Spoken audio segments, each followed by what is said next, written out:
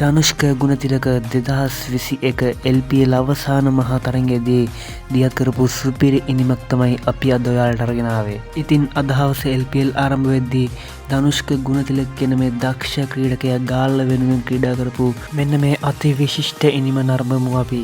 මේ තරඟය තමයි Lanka premier league cricket තරඟාවලියේ දෙවන අදියරේ අවසාන මහා තරඟය.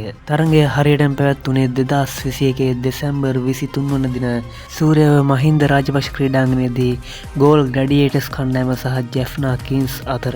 ඉතින් ඔයාලා කවුරුත් දන්නවා ධනුෂ්ක ගුණතිලක කියන්නේ ගෝල් ග්ලැඩියේටර්ස් කණ්ඩායම වෙනුවෙන් ඉතාමත් විශිෂ්ට ඉනිම් රාශියක් ක්‍රීඩා කරපු ක්‍රීඩකයෙක්. මෙම 2021 අවසාන මහා තරඟයේදී ගාල්ලට ලැබෙන ඉලක්කය ලකුණු 202ක දැවැන්ත ඉලක්කයක්. මේ ඉලක්කය ලබා ගැනීම සඳහා පිටිට පිවිසෙන ගෝල් ග්ලැඩියේටර්ස් කණ්ඩායමේ ආරම්භක ප්‍රතිකරුවන් යුගලයේ ඉතාමත් ප්‍රවේගකාරී ආරම්භක ප්‍රතිකරු යුගලයක්.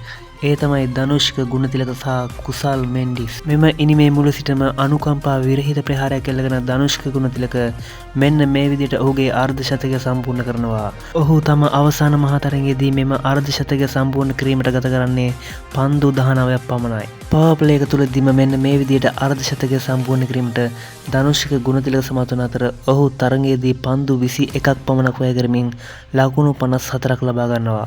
අවසානයේදී ධනුෂ්ක ගුණතිලක වනිදු හසරංගයේ පන්දුවක් හමුවේ උඩ පන්දුවක් ලබා දී මෙන්න මේ විදිහට තමන්ගේ ඉනිම නිමා කරනවා.